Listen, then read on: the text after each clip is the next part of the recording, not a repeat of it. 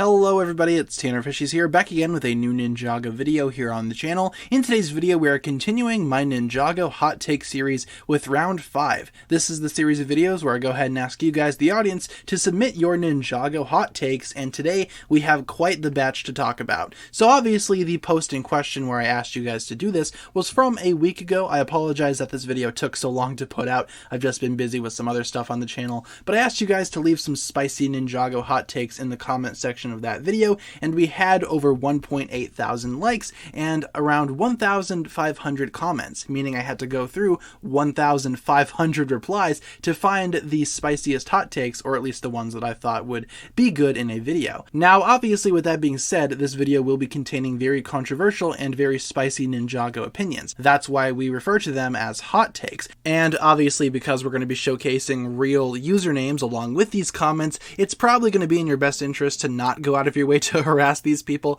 Please don't bother. If you have an opinion that you disagree with, that's the point. These are supposed to be spicy, controversial Ninjago opinions. A lot of you guys probably will not agree with these. And obviously not everybody who commented on that original post would have been able to appear in this video. This video would be hours long if we were to go through everybody's hot takes, but I just picked a few here that I wanted to discuss, and we will still be doing videos like this in the future. So go ahead and stay tuned for those posts if you wanted another chance at appearing in a video such as this one. So I think with all the disclaimers out of the way, let's go ahead and get to it, and I hope you guys enjoy round 5 of the Ninjago Hot Takes series. Let's begin. Hot take: Dareth is actually a great character, as in Season 2 he helped the ninja train Lloyd in the dojo, he also controlled the Stone Army and stopped them, in Season 3 he saved kids from sharks, in Season 4 he made Nia's disguise, in Season 6 he helped Jay and his team, and in Season 15 he saved drowning people underwater. Yeah, I will agree that Dareth does indeed have a lot going on. He does indeed have that heroic side to him. However, Dareth is still not that great of a character in my opinion. I definitely feel like his character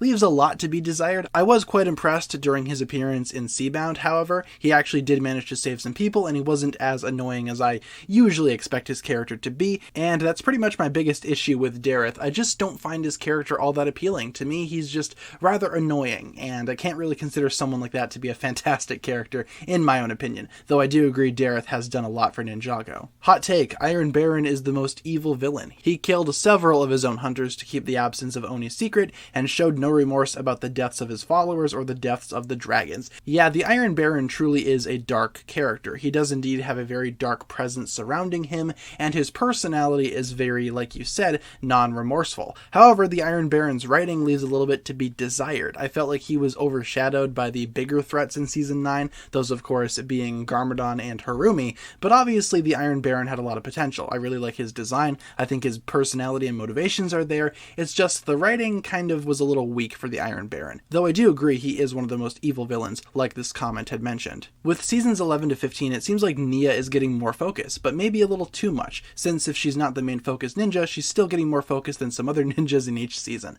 So the idea of Nia getting too much focus, that is something that we touched on earlier on this channel, but I personally think that Nia is perfectly fine getting the amount of focus that she's been getting, especially during Seabound, which was her season after all. But obviously, along with that being said, she also has had a larger role in some other seasons as well, such as Season 11, where she tried to adopt ice powers, which kind of worked for her, but not really, and I could see why some folks would have wanted Nia to take a step back, especially if characters like Kai are getting less and less development, which is something that we will touch on later on here. But I feel like for Nia, she's getting just the right amount of focus. Not too much, but also not too little. She's pretty much perfect in my opinion. Hot take: we should have gotten an actual Legends of Chima Ninjago crossover when Chima was still making new episodes. That's quite interesting to talk about. So Chima, I'm sure a lot of you guys know, I was never really a big fan of Chima. I mean, I saw the first couple of episodes of the show, but I never really bought any of the sets. I only had a couple of small ones, and the show I never really was super into, but I do agree that a crossover would have been quite awesome. I know that Legends of Chima had a very strong fan base when the show was actually out, and a lot of those fans were also Ninjago fans. So crossing over the two properties would have worked, especially considering how Chima is indeed one of Ninjago's realms. We've seen Lloyd and Moro fall into Chima during Season 5. The beavers from Chima were actually in an episode of Season 11 as well, so it's not like the two themes haven't met before, but having a full-on crossover, like a multiple episode event, that would have been interesting to see. Even though I wasn't a big fan of Chima, I think it would have made for a very interesting event, and I would have definitely watched it if that were to have happened. Ninjago has one of the most messed up timelines in TV show history. Yeah, it's definitely not the most coherent blatant thing out there. I know that there are a lot of missing gaps and various events in the Ninjago timeline that don't make any sense, and some things need to be explained a little better, but overall Ninjago's timeline is quite, linear. It doesn't deviate too much, but there are some bumps, like I said, along the way that prevent it from actually becoming a perfect timeline. Lloyd is the most annoying main character, and Kai should be the main character again and get his old personality back. Like I said, there have been a lot of comments on my videos lately, especially in this comment section for Hot Takes Part 5, that have discussed that Kai definitely needs a personality change. That was something that we established on the channel prior,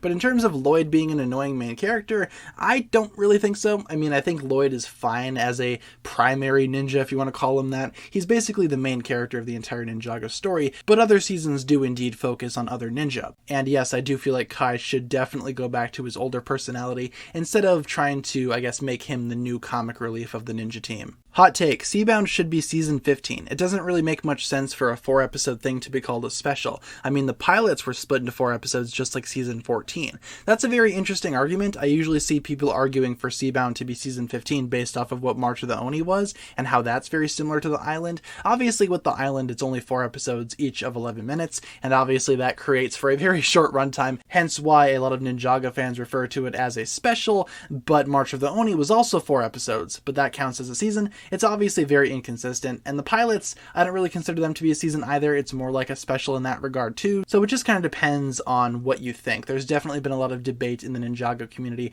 regarding whether or not Seabound should be classed as season 14 or season 15. Hot take, Seabound kinda sucks and is really unoriginal. A scaly purple villain awakening a giant serpent who eats them just screams Pythor. The separated ninja ending from Sons of Garmadon and another villainous faction composed of snakes, overall a pretty lacking season. I can definitely see the comparisons and where some similarities fall between Seabound and other storylines that Ninjago has also kind of done prior, but honestly I feel like Seabound was quite original for the most part, especially considering how the season took the ninja underwater for a large majority of the story. Not a lot of other Ninjago storylines have done that, and also focusing on Nia kind of made the season a little bit more original for me, so I don't really feel like Seabound is completely unoriginal. However, in terms of concepts and plot points, yeah, there are definitely some similarities that can be drawn between Seabound and older Ninjago stories. The newer Ninjago seasons are starting to get way better and more emotional than the older seasons like seasons 1 through 10. This is something that I've kind of seen throughout the Ninjago community as of late. There's definitely a split regarding which seasons are better, the older ones or the newer ones,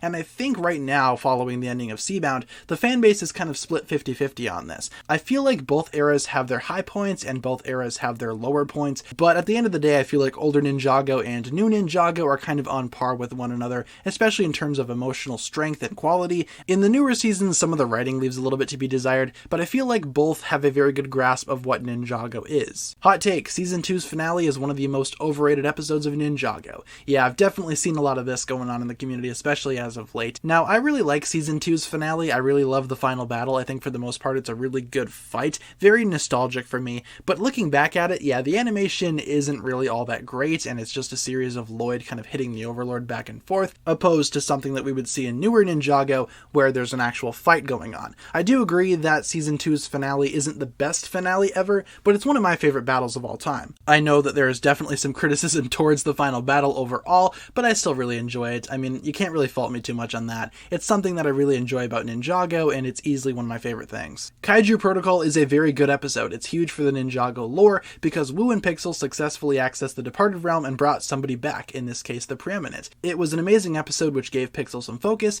I think it's getting a lot of hate just because it was placed towards the end of the Ice chapter and was a step away from the main plot in a bad time. Yeah, I will admit the timing for Kaiju Protocol is definitely not all that great. Leading towards the finale of the Ice chapter, we definitely needed some actual story development, and the Kaiju Protocol episode kind of took away from that. In terms of the episode itself, I do agree it was kind of nice seeing the Preeminent come back, but the episode itself just feels out of place. It doesn't really feel all that great to me. It just feels like a random battle in Ninjago that was never really mentioned again, so it really doesn't matter all that much to me, though some of the circumstances surrounding awakening the Preeminent and bringing it out of the Departed Realm, yeah, that definitely does mean something for Ninjago, and I do suppose that it gave Pixel some development too, gave her some focus, which is always nice, but overall it's still one of my least favorite episodes for a lot of reasons, and I feel like a lot of people would agree with that. Master Wu needs better storylines beyond something bad that I did a long time ago has come back to haunt me. Oh no. Yeah, I can definitely agree with this. A lot of the newer Ninjago seasons do kind of, I guess, adopt this arc for Master Wu, where he did something something a while ago, and now it's coming back to haunt him. We saw that with Asphira, but it's also been the case with several villains beforehand too, such as Moro, or even Garmadon to an extent. Obviously, Master Wu did a lot throughout Ninjago's history, and a lot of that we still do not know explicitly, but I do agree that having a villain come back that Master Wu had wronged in the past is kind of getting tiresome at this point, and maybe we should find something else to do regarding Wu's character. I think that's why I liked him so much in Season 13, because he actually did something besides that. Speaking of Master Wu, hot take, I feel like Wu has more personality and is starting to get more involved with the ninja's missions in the newer seasons. He is much more of a likable character now, in my opinion. Yeah, like we just discussed, Master Wu has kind of stepped away from that now, and especially in the case of Season 13, he's on the front lines. We also saw that a little bit during Seabound, though it wasn't as, I guess, interactive as it was during Season 13, and even in the island, Master Wu had a little bit of time to himself and a little bit of time in the spotlight, but ultimately with Wu, I feel like he still needs an extra push, and I feel like future seasons could even go ahead and give him a little bit more of a push. However, I have been very impressed with Wu in recent seasons, such as Seabound, so hopefully we can keep this momentum going into the future. Hot take, the Vermilion was the best army-type villain. They are so unique and are so well done. Honestly, with the Vermilion, I'm kind of mixed on them. I feel like out of all the Serpentine-esque villains, they're probably my least favorite. I do like how their hive mind works, but some of the individual personalities of the Vermilion just aren't all that great to me, and I feel like overall they're definitely a step down from the regular Serpentine. Though they definitely do have their strengths, I still feel like they are some of Ninjago's least memorable villains and some of the least effective out of all of the villain armies that we've seen, and that'll pretty much wrap it up for all the hot takes we have time for today, you guys. Thank you so much for tuning in. Obviously, we will be doing more videos in this series, so if your hot take was not selected for this one, better luck next time. I will be doing another video in this series, and I will be announcing that on my community tab when we go ahead and start production on that. So, thank you guys so much for checking out this hot takes video. Leave a comment down below talking about which hot take you thought was the spiciest, and let me know what you thought about this video overall. Leave all your thoughts down below, you guys, and thank you so much for checking out this video once again. If you enjoyed, feel free to like, comment, subscribe, do all that fun stuff, and check out the links down below in the description for my other forms of social media. As always, big shout out goes out to my Patreon supporters, including once again the marvelous Jan. Thank you guys so much for checking out this video once again. My name is TannerFishies, and with that I bid you farewell.